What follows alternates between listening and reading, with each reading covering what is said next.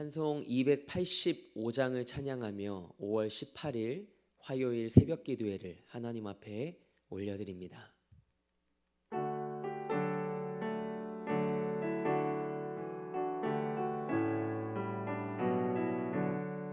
주의 말씀 받은 그날 참 기쁘고 복되도다.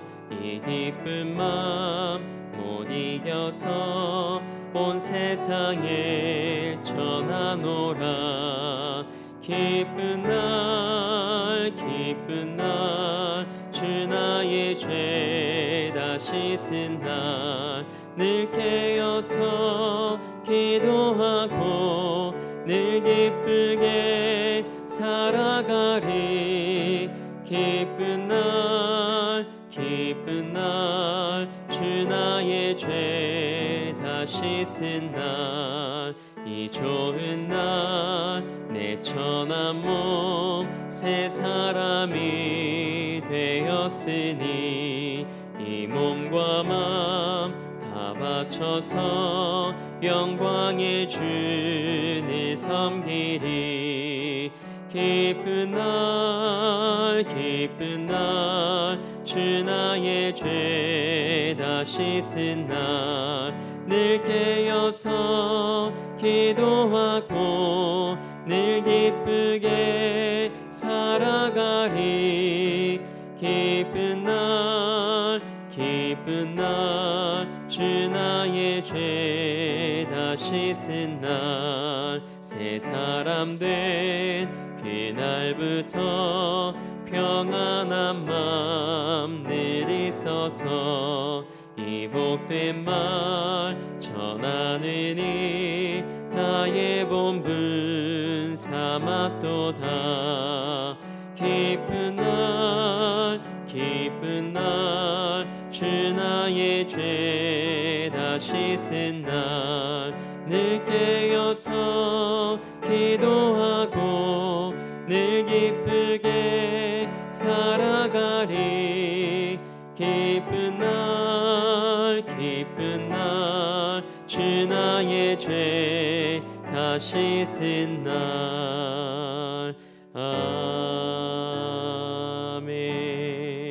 아멘. 사도신경으로 우리의 신앙을 고백합니다. 나는 전능하신 아버지 하나님 천지의 창조주를 믿습니다. 나는 그의 유일하신 아들 우리 주 예수 그리스도를 믿습니다. 그는 성령으로 잉태되어 동정녀 마리에게서 나으시고 본디오 빌라도에게 고난을 받아 십자가에 못 박혀 죽으시고 장사된 지 사흘 만에 죽은 자 가운데서 다시 살아나셨으며 하늘에 오르시어 전능하신 아버지 하나님 우편에 앉아 계시다가 거기로부터 살아있는 자와 죽은 자를 심판하러 오십니다. 나는 성령을 믿으며 거룩한 공교회와 성도의 교제와 죄를 용서받는 것과 몸의 부활과 영생을 믿습니다. 아멘. 찬송 524장 우리 한 장 더 우리 박수하며 하나님 앞에 찬양으로 영광 올려드립니다.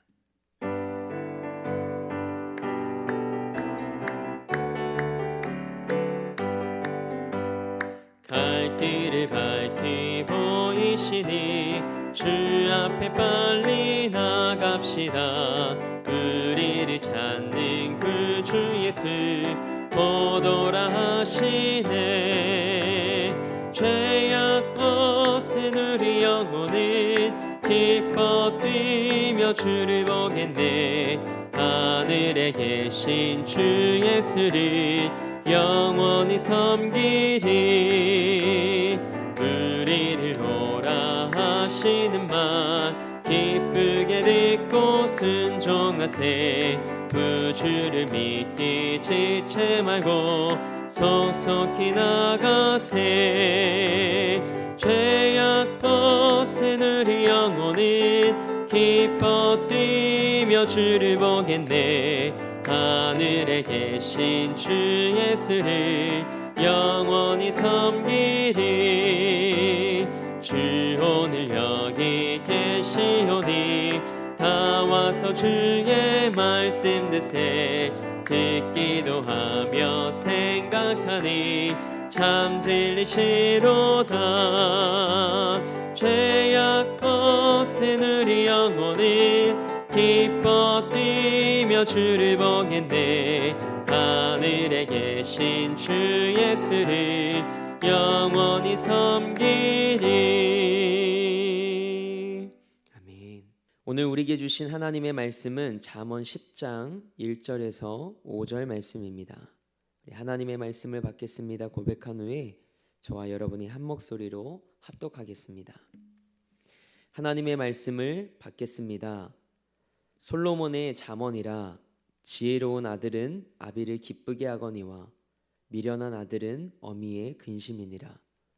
불의의 재물은 무익하여도 공의는 죽음에서 건지느니라.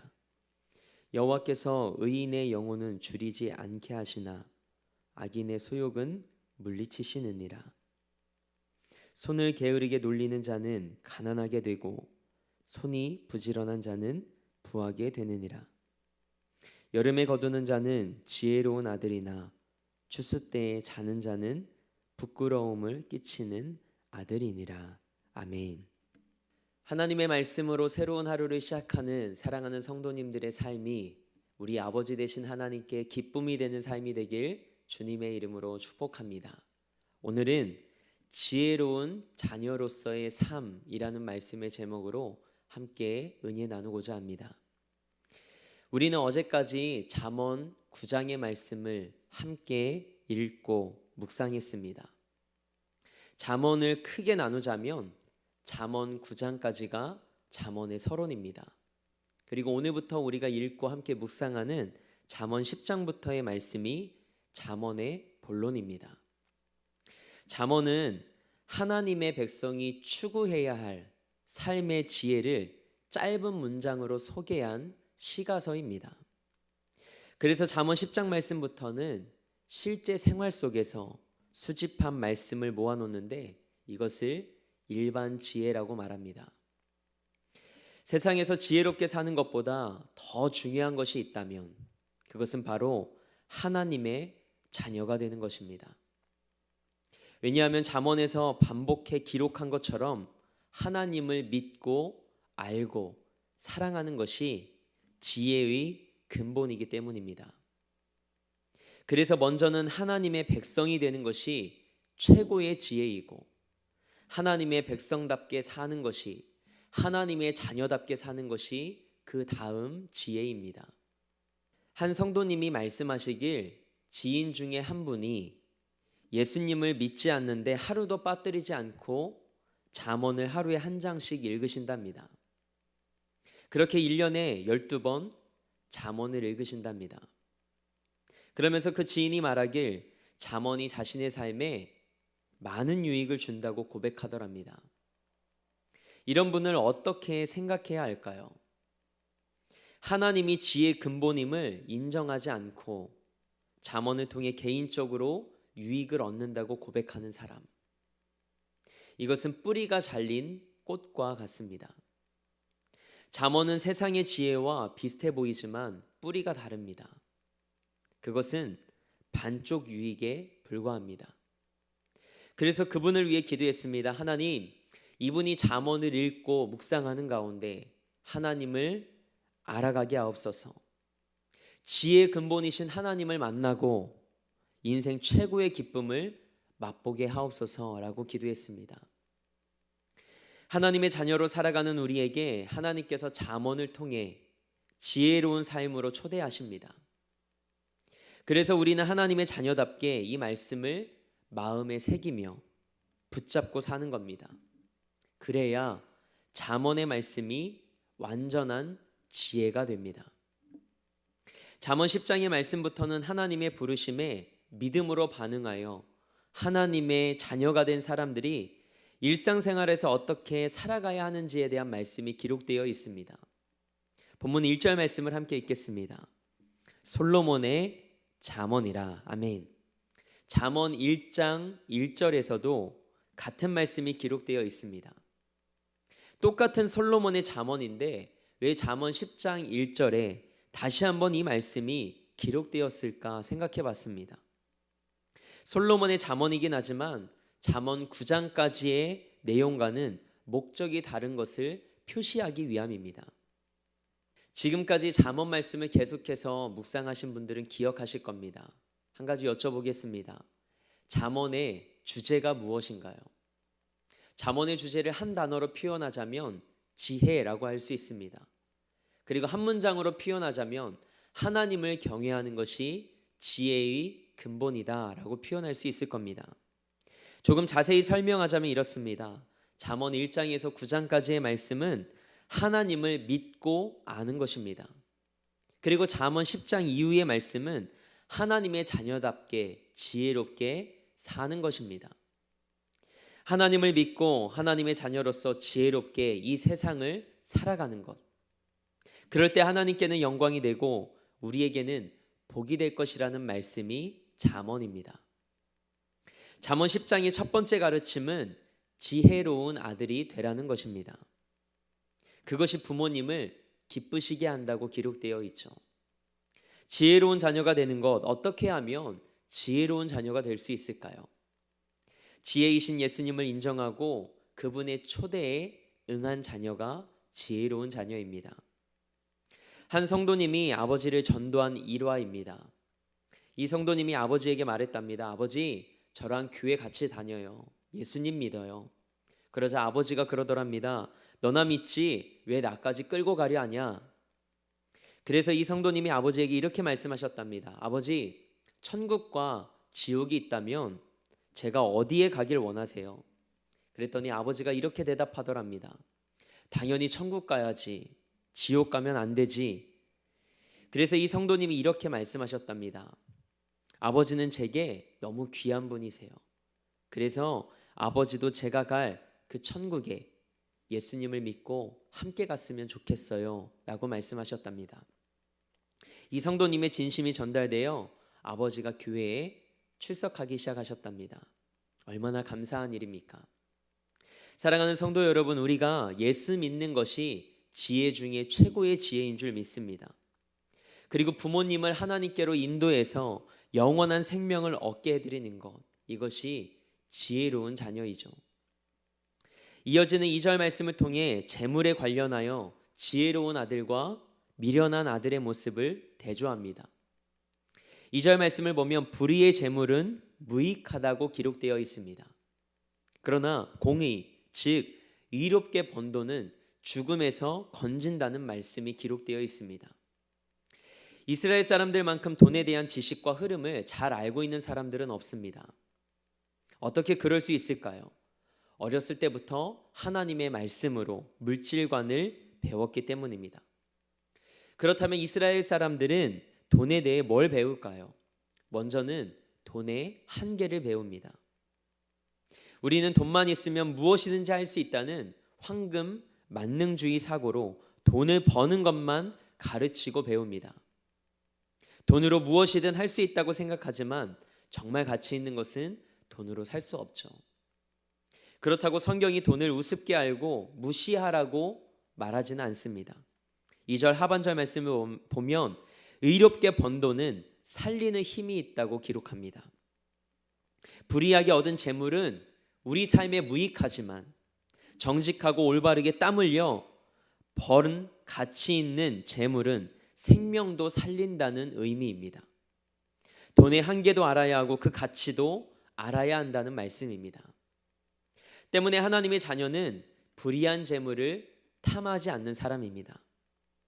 성실히 정직하게 일하고 하나님께서 나의 수고와 내가 흘린 땀에 대해 소득을 주시는 것이라 믿고 감사하며 사는 삶이 복된 삶입니다.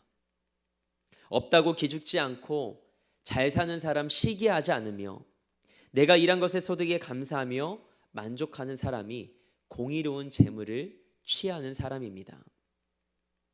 이런 사람의 영혼을 하나님께서 어떻게 하신다고 말씀하십니까? 줄이지 않게 해주시겠답니다. 감사하며 자족할 수 있도록 그 삶을 축복해 주신답니다. 우리 사랑하는 성도님들과 저의 삶이 하나님 앞에 그런 인생을 살아낼 수 있길 주님의 이름으로 축복합니다. 그런 하나님의 은혜가 우리 삶에 임하길 소망합니다. 반면 악인의 소욕은 어떻게 될까요? 악인이 불의한 재물로 잘 살 수도 있습니다. 그러나 하나님이 그를 깨뜨리시고 무너뜨리시겠답니다. 재물은 누가 허락하셔야 우리에게 주어질까요? 하나님이 허락하셔야 합니다. 그럼 재물이 하나님께로부터 오는 것이라면 우리는 가만히 있기만 하면 될까요? 아닙니다. 우리가 해야 할 일이 있습니다. 그 말씀이 오늘 본문 4절 말씀에 기록되어 있습니다. 우리 4절 말씀을 함께 읽어볼까요? 손을 게으르게 놀리는 자는 가난하게 되고 손이 부지런한 자는 부하게 되느니라. 아멘. 분명히 재물은 하나님이 주십니다. 그러나 우리는 부지런히 일해야 합니다. 게으르면서 잘 살기를 바라는 것이 불의한 마음입니다. 우리가 살아가는 이 세대는 불의한 마음들로 가득합니다. 어떻게 하면 일을 조금 안 할 수 있을까? 그러면서도 어떻게 하면 잘 살 수 있을까를 생각합니다. 불의한 것입니다. 의로운 마음을 가지고 부지런히 손을 놀리라고 성경은 말합니다. 그러면서 부지런함의 정의를 5절에서 이렇게 기록합니다. 여름에 거두는 자가 지혜로운 사람이랍니다. 가을의 추수를 여름에 준비하는 사람입니다. 부지런함의 본질은 때를 알고 준비하는 것에 있습니다. 놀다가 때가 되어 허겁지겁하는 것은 부지런함이 아닙니다. 오늘 말씀처럼 사랑하는 우리 성도님들의 삶이 하나님의 때를 알고 부지런히 살아가며 우리 아버지이신 하나님의 기쁨이 되는 지혜로운 자녀들의 삶이 되길 주님의 이름으로 축복합니다. 그렇다면 영적으로 부지런하다는 것은 무엇일까요? 반드시 하나님 앞에 설 날이 찾아옴을 알고 그날 부끄러움을 당하지 않도록 진실하고 정직하게 그날을 미리 준비하는 것입니다. 1절 말씀에 기록된 대로 부모님을 기쁘시게 하는 자녀는 누구입니까? 지혜로운 자녀입니다. 그렇다면 하나님을 기쁘시게 하는 자녀는 누구일까요? 지혜로운 하나님의 자녀입니다. 지혜로운 사람이란 하나님을 경외하고 성실하며 부지런히 일하는 사람입니다. 하나님을 근심하게 하는 자는 하나님을 경외하지 않고 부모를 거역하고 탐욕에 빠져 게으른 길로 걸어가는 자입니다. 그는 결국 부끄러움을 당하게 될 것이라고 성경은 기록합니다. 오늘 말씀을 기억하며 우리 모두가 하나님 앞에서 지혜로운 자녀의 삶을 살아낼 수 있길 축복합니다.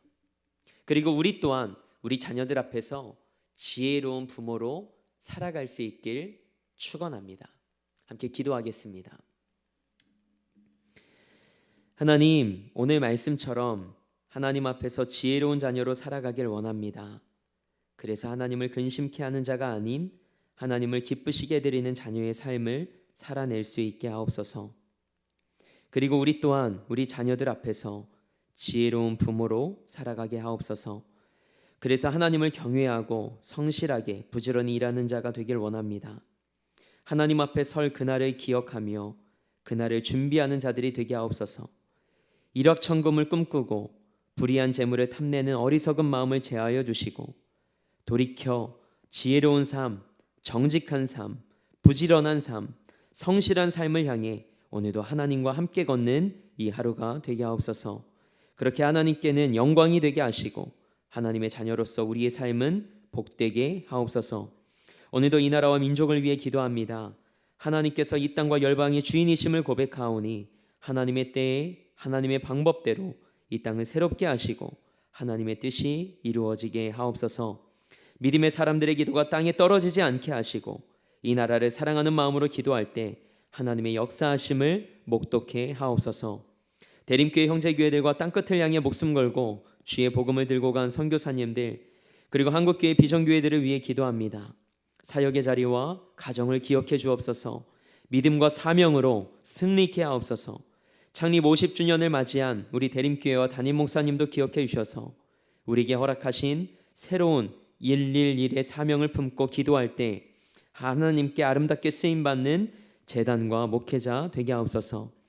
오늘도 삶의 자리를 성전 삼아 미디어 예배로 이 하루를 시작합니다.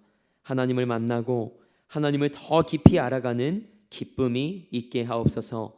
지혜로운 삶으로 하나님의 기쁨이 되는 삶이 되게 하옵소서. 그렇게 일하실 하나님을 기대하며 우리 삶의 목적 되시고 이유 되신 우리 주 예수 그리스도의 이름으로 기도합니다. 아멘. 하늘에 계신 우리 아버지, 아버지의 이름을 거룩하게 하시며 아버지의 나라가 오게 하시며 아버지의 뜻이 하늘에서와 같이 땅에서도 이루어지게 하소서.